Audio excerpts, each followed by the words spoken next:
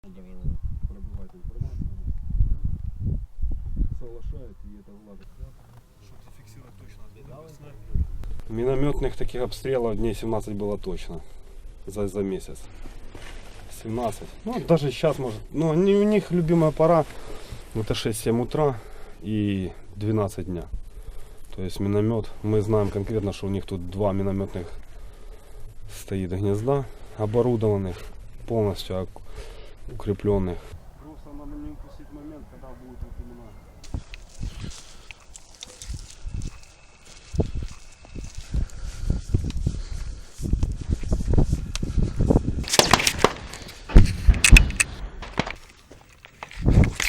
Что, думаешь, по нам стреляли?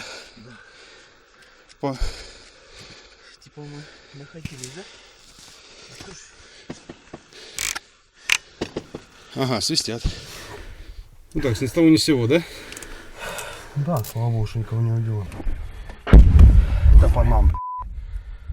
Каждый день такой. Вот это.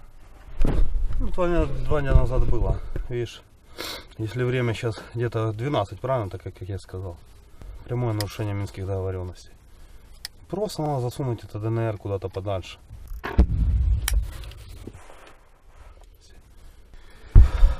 Минометы работают. Вот они запустили СПГ зачищать эту горловку, потому что это будет продолжаться каждый день. Вот они позиции простреливают, получается, да? Ну да, не конкретно. Крупнокалиберный. Бэха начал. Ну, Бэха прилетает, СПГ прилетает. Пулемет Калашникова работает сейчас.